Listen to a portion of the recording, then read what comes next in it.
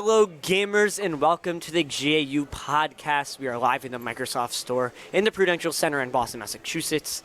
I am Eric RickityBeans Rubino, and I'm joined by my two resident GAU gamers. Why don't you guys introduce yourselves? Andy, Game Diplomacy, Lunique. Nice to see you again. Zach, PsyberTyger, Laznick. He's also known as Hey, best name ever. I'm just gonna call you Zach 2708 or whatever your Zach 249 found on PSN. Hit me up. Hit me up. Well, that's funny you mentioned PSN and our gamer tags because our topic tonight is going to be about the future of multiplayer gaming, and we want to kind of aim pretty broad so we can hit a few topics. Broad. Yeah, but kind of the way that it's going. We have, MMOs, shooters that are MMOs, Dark Souls, everything. Couch co-op games, Titan, Towerfall coming out tomorrow. Tower defense games. Yeah, tower defense games. How about MOBAs? So it is clearly a very big genre. Multiplayer is bigger than ever, really. And what do you guys think is kind of going to be the multiplayer game this year? We have a lot coming out. If we look at all the games that are coming out this year, alrighty, let's start with the big one, Titanfall. Huh. Sorry. When's that come out? March 11th. Oh, I didn't. Oh, it's the 10th. Whoa, it's snuck up on me. so strange that we're coming out soon. Honestly, Titanfall is one of the biggest titles you can hear about in the last 3 months. It's been ridiculous. The advertising is crazy. We've got Titanfall. We've got people talking about The Division. Alrighty, which is a huge game. We don't know if it's this year, but of course the biggest, in my opinion, competitor for multiplayer is Destiny. And Destiny's been so silent lately. Like, oh no, Titanfall, take your advertising. It's fine, but wait till this summer. Wait till this summer. At the end of May, we're even seeing Watch Dogs, which claims to have 8-player world. I mean, that's cool in itself. We've seen Grand Theft Auto try to do something like that. Yes.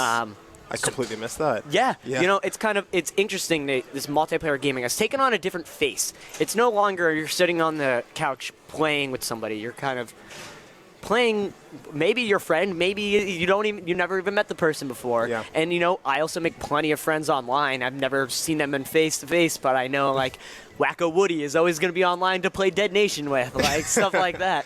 What do you guys think is kind of a defining factor in that? Do you see it getting more towards I'm going to meet random people, or do you see it more as it's only going to be your best friends? Well, in my experience, especially with the PlayStation Network I've just been growing up with, most of the time, most of the people that you ever meet, it's very strange that you have friends or whatever, and their names are slightly not as nonsensical. But then sometimes I'm just playing with somebody, and the guy's like, "Oh yeah, I'm gonna add you." I'm like, "Yeah, sure." It's like Blunt 69 or something. Where are you coming from? Classy fellow. Says the PsyberTyger guy. But in general, I feel like everything is just progressing in a very interesting way, because I remember back in the day when I was still playing Mortal Kombat Shaolin Monks couch co-op with just my friends and stuff. I personally like that interaction more.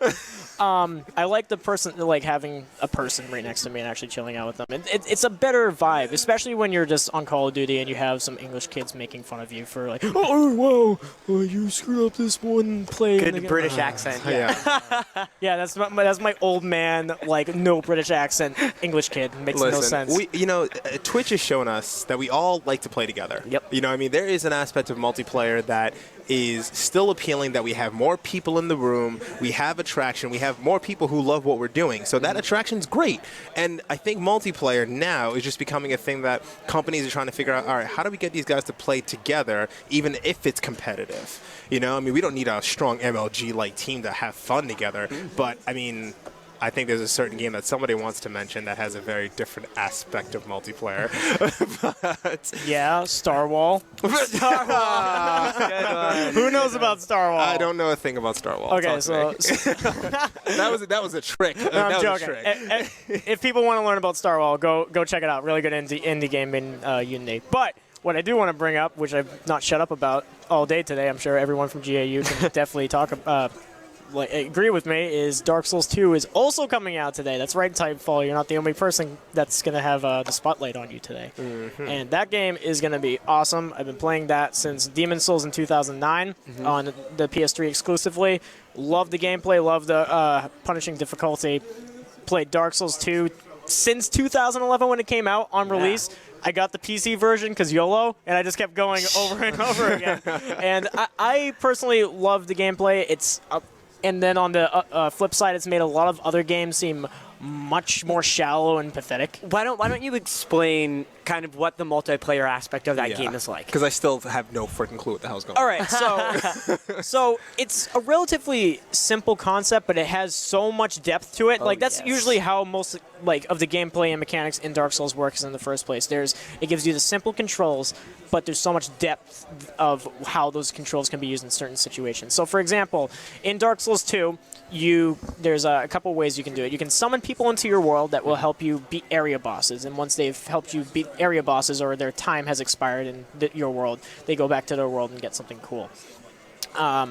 Or if you want to be what I do sometimes, which is always entertaining, is be a Black Phantom. In other words, you invade. Like you. So you invade someone's world and you say, ha ha ha, I'm going to make this even harder for you. Oh, yeah, because they pretty much wreck you. Like, I was stuck in a hallway with, it was me and 2 other people, and we're just like, oh, God, there's one coming. Oh, God, there's one coming. Slaughter, slaughter, slaughter. And it's every single time. It's especially entertaining for people who've played Dark Souls, going into the Tomb of the Giants and then just, popping up in somebody, what's up? It's a total level, completely, collapsed in darkness, so you can't see anything unless you have a certain item that lights the way. Yeah. So otherwise, the guy's just like, boop, it just comes out of the darkness, kills you. It's terrible. Horrible experience, but I love Dark Souls. Got your nose. Its multiplayer is a great example of, that's meeting random people. You're not inviting your best friend to come into your world like Grand Theft Auto, per se. I'm going to sit there and invite him and make sure I play with my friend and communicate the whole time. You can't talk to these people.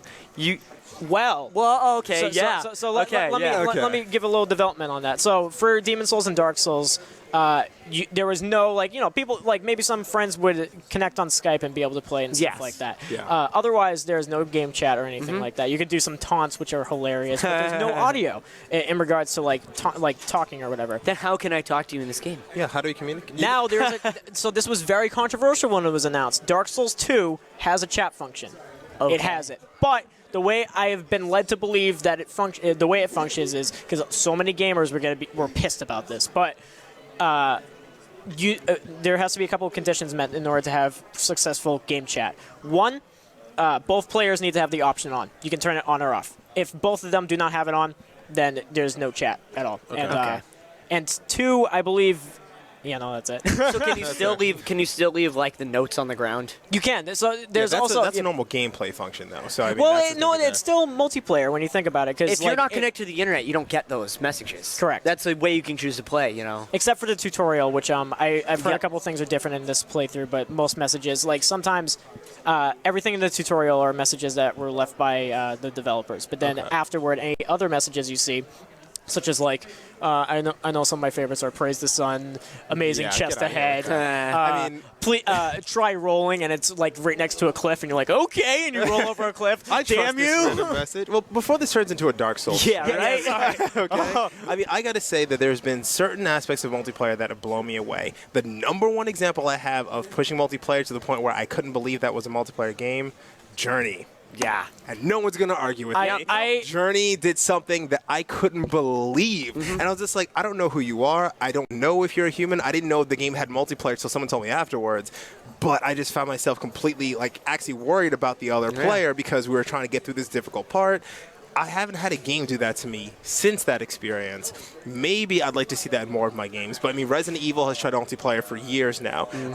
There's been lots of shooters, but now different experiments in multiplayer. I mean, hell, Mario Brothers has been multiplayer for quite some time, guys. Yeah. But it's the online aspect that we started this conversation at, that when you don't have that couch co-op, connection, the cameras that the PS4 and the Xbox One has and PC has, that's where they're trying to bridge a little bit more of that gap. Because you know what? I'm not going to your house tonight at midnight to play this game. I'm going home. Yeah, it's just how it happens. Yeah, I think a really cool part about even that Twitch functionality is now you have games that you don't even need to have that game to interact with your friend while playing it. You can enjoy you're it. streaming, they're watching, you can watch the game. You can also, in a game like Dead Nation, send a horde of zombies at them or give them ammo. So it's you can even talk to them please give me ammo, I'm dying here. You know? There's been some says I really need ammo. Yeah. Help. I have no shotgun bullets or grenades. Uh-oh. But now the multiplayer, let's go past multiplayer and because it's like let's take out the play part of that. Yeah. And let's go back to Twitch because this weekend I was watching Thief because I was like the reviews can't be that bad. Right. It's that bad. I'll be honest, but I'm sitting there watching a person play Twitch from Thief from start to finish almost. You know, what I mean, he's going to town on the whole game, but I'm just like, I didn't need to buy this game because I'm seeing an actual person play it. We're all talking, and now, no offense to the people who made the game, but I was just like, man, they're proving to me I don't want to play this game because he's doing nothing that I want to experience in this game. So now we've just got spectating to be part of the multiplayer experience. I would argue that hurts gaming. You think it hurts? I 100% agree with It you. hurts sales, but it certainly doesn't help us. It hurts. You know? It hurts gaming in a way because you're no longer. That's something that you should have experienced yourself. You want to experience obviously to suck yourself? But like the way I was making a point is South Park Stick of Truth. If you're watching that game next to me, it's probably boring as hell except for the few jokes because it's about playing it. It's about like doing the certain things. So I have something to add on to that. So two major mediums in entertainment in general are video games and movies, obviously.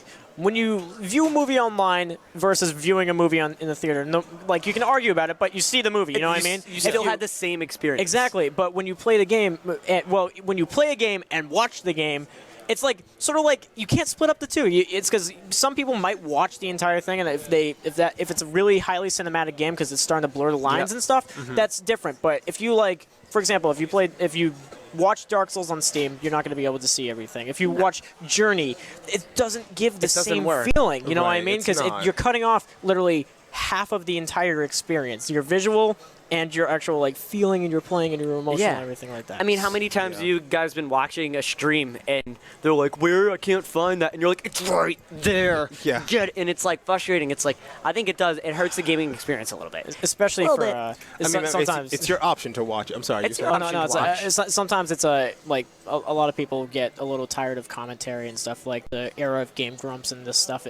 It's starting to really hurt I feel it's starting to hurt the community just because people are like, I don't want to listen to this guy. I just want to watch this for some apparent reason. Sometimes people just talk over things. Yeah, the Let's Plays have been really like, oh, please stop talking. Because they have really poor commentary. And it's just like, you're just making my life worse. And I'm done. That's a whole different animal we could talk about. You know? That's another topic. We're on multiplayer, real multiplayer. One thing that I want to definitely touch on is reviewing multiplayer games. Now go for it. I mean, Titanfall clearly, but Battlefield 4, Battlefield 4 was proof that EA didn't really have what it took to. I mean, it didn't run on anything.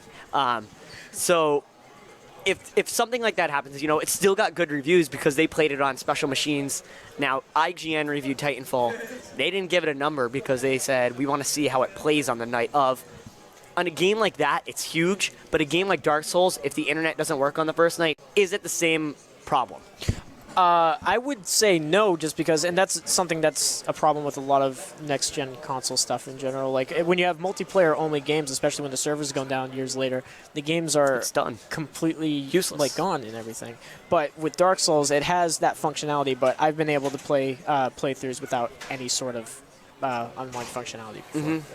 That makes me wonder about reviews in the future then, because Titanfall in the next 7 months, 8 months, whatever DLC's out, whatever they update, whatever they fix, it's a 9 right now. I'll tell you right now, a lot of people have been giving it 9s, 5s. Everyone's very happy with this game. 87 on Metacritic. 87 Metacritic score. So now, if this game gets better, does the score go up?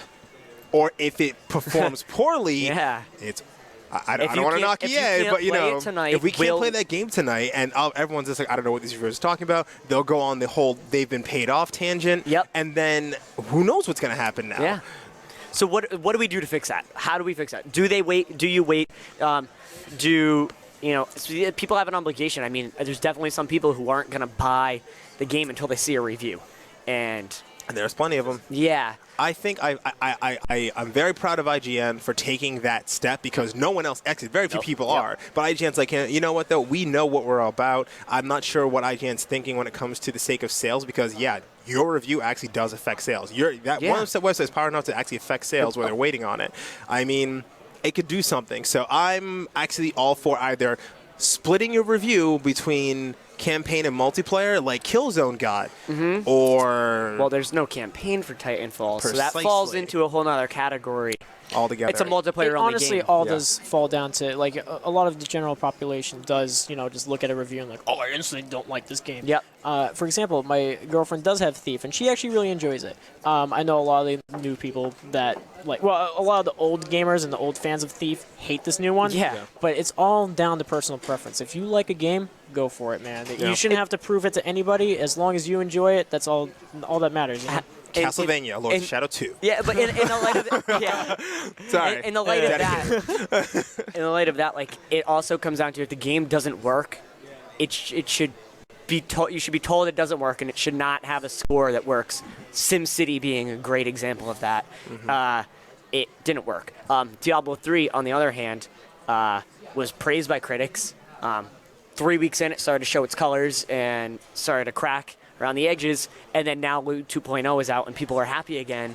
It's like that's a year down the line, so lots of stuff happens to multiplayer games, and I think to justify it on a score that is never updated is crazy. And that is that. That is that. That is that. Any other comments, questions, concerns? About the future of multiplayer, I'm just going to say this. I have all my money on The Division. That's all I'm going to say. I'm sorry. I'm a Tom Clancy fanatic. I'm a Ubisoft fanboy. Sue me if you want to. I don't care. I will give them money to finish this game if they need it. Division. I want an MMO made in the style of Rayman Legends. If it happens, Oh, man. Amazing. Amazing. Mind You know what blown. I want? Heists in GTA 5. That is it. End of episode. Well, I want to thank all you guys for watching our GAU podcast. Thank you, Zach, and thank you, Andy, very much for joining me. Make sure you subscribe to our videos because we'll always be talking about the newest games, and that way you should just flat out just go to gamersrs.com. That way you can always get the up-to-date information on all the newest games, reviews, commentary, all the good stuff. We got some good South Park stuff up right now. Why don't you check it out? And thank you again. Game on.